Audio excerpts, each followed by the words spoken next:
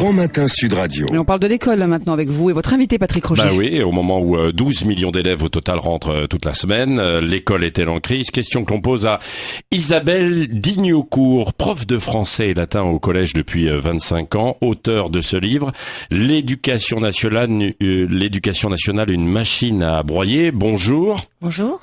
Vous n'êtes pas tendre avec l'ensemble des réformes qui ont été mises en place depuis des années. Vous dites finalement toutes ces réformes ça sert à rien. Et puis alors il y a quelque chose de frappant quand on lit votre livre.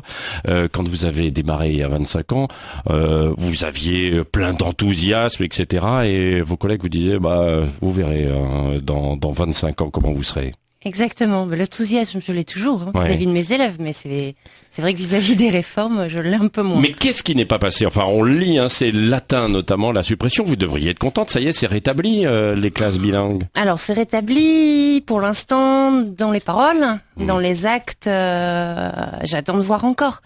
C'est vrai que un arrêté qui arrive au mois de mai, au mois de juin, la rentrée est déjà bouclée. Nous, les rentrées se font au mois de janvier, février. C'est au moment où les heures sont distribuées.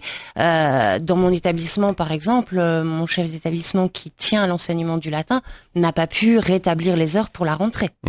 Donc bon, en tout cas, ça va dans le bon sens. La réforme, ce qu'envisage le ministre de l'Éducation, Jean-Michel Blanquer, maintenant, après Najat Vallaud-Belkacem, va dans un meilleur sens, oui. Pour les élèves ou pour les profs? Pour les élèves. Oui. Non, mais parce qu'on se pose toujours cette question, mais de se dire, est-ce que la réforme, il faut la faire à la fois, surtout pour les élèves ou avant tout pour les profs? Non, il faut la faire surtout pour les élèves. Moi, c'est ce qui m'importe, c'est les élèves. Et si je me bats aujourd'hui pour le latin, mais pour tout le reste de l'enseignement, et notamment l'enseignement du français, c'est bien pour les élèves, c'est pas pour moi. Oui, parce que vous écrivez dans votre livre, vous avez eu des élèves de 6e qui sont incapables, par exemple, de déchiffrer leur propre nom. Qu'est-ce qu'un prof peut faire à cela? Il est pas formé face à ça en plus. Il faut savoir que nous, au collège, on n'est pas formé pour l'apprentissage de la lecture ou de l'écriture. Donc, on fait comme on peut, avec la meilleure volonté du monde, et on essaie de s'en sortir. Et avec des heures qui ne cessent de diminuer en français. Moi, j'ai commencé ma carrière, j'avais 6 heures de français face à une classe d'élèves.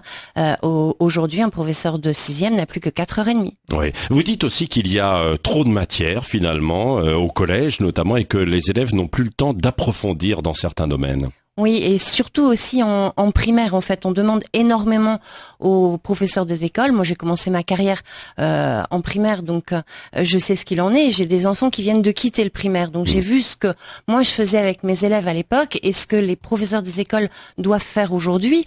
Et pareil, on leur demande toujours plus dans un temps qui est réduit et forcément, ils ne peuvent pas approfondir de la même manière. Oui, Isabelle Dignocourt, les élèves sont parfois un peu stressés, évidemment, quand ils vont à l'école, la boule au ventre aussi. Les parents, tout autant. Quels conseils vous donnez avant tout, peut-être aux parents, de les déstresser totalement eux-mêmes? De leur dire surtout que l'école, c'est un lieu qui est aussi un lieu de plaisir. J'ai toujours été marquée, justement, quand je faisais des petites classes. Les grandes classes, on n'accueille pas les parents et les enfants, mais quand je faisais des petites classes, d'entendre des parents dire à leurs enfants « bon courage ». Ouais. Moi, je dis à mes enfants, carpe diem, profite de cette journée. Il y a des jours qui sont pas évidents. J'ai été moi-même élève et je le dis à mes élèves. Faut pas leur mettre trop de pression, évidemment, parce que sinon, mais aujourd'hui, il y a cette pression qui est constante, Oui, il faut tout de suite avoir de bonnes notes, Et puis, il y a surtout aussi le fait, dans un discours, que l'apprentissage, c'est contraignant. Il faut qu'on passe par des choses ludiques. À apprendre, on a l'impression qu'apprendre, c'est terrible et ça fait mal, mais non, ça peut aussi être un plaisir. Oui, alors pour les parents quand même, vous pouvez leur conseiller et leur dire aussi que c'est vrai, il ne faut pas mettre la pression aux enfants, mais il faut leur dire chaque jour de réviser un petit peu leurs leçons. Exactement, l'effort. L'effort doit être quotidien pour réussir. Un petit effort. Merci Isabelle Dignocourt, l'éducation nationale, une machine à broyer. C'est aux éditions du Rocher.